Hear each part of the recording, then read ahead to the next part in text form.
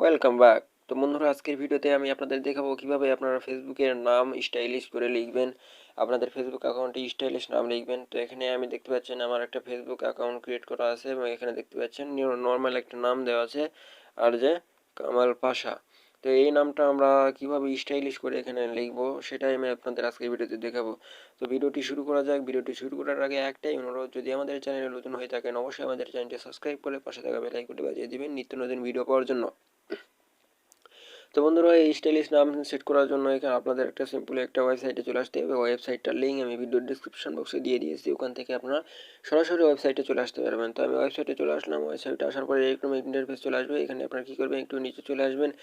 একটু নিচে আসার পরে এখানে আপনারা দেখতে পাচ্ছেন নাম স্টাইল এবং এখানে এইরকম ইন্টারফেস চলে আসবে। তো এখানে আপনাদের কী করবেন, আপনাদের পছন্দের নামটা এখানে আপনারা বসিয়ে দিবেন। তো আমি এখানে দিয়ে দিলাম 𝗗𝗛𝗂𝘂𝗶𝗏।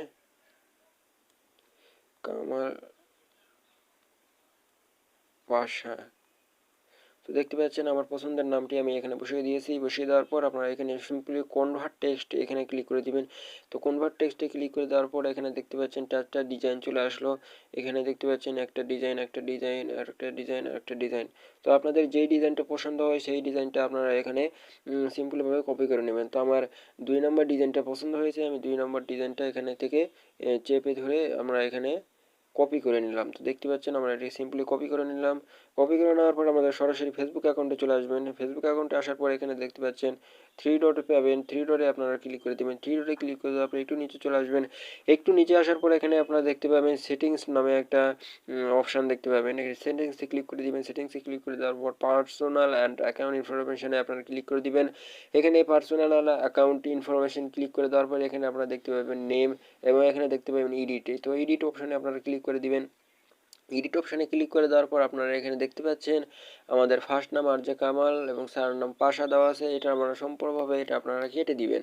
তো আমি আমার নামটা আমি কেটে দিলাম। দেওয়ার পর এখানে চেপে দিয়ে ধরে এখানে আপনারা পেস্টে ক্লিক করে দিবেন। দেওয়ার পর এখানে আমাদের ফার্স্ট নাম দিলাম 𝗗𝗔𝗦𝗛𝗧 কামাল দিয়ে দিলাম এবং এখানে স্যার নামের জায়গাতে আমরা পেস্ট করে এবং 𝗗𝗔𝗦𝗛𝗧 কামাল কেটে দিয়ে পাশা দিয়ে দিলাম। তো দেখতে পাচ্ছেন আমাদের সম্পূর্ণভাবে নামটা বসানো হয়ে গিয়েছে। বসানো হয়ে যাওয়ার পর আপনারা কী করবেন, সিম্পলভাবে এখানে রিভিউ চেঞ্জ এই অপশানটাতে আপনারা ক্লিক করে দিবেন। তো আমি রিভিউ চেঞ্জে ক্লিক করে দিলাম।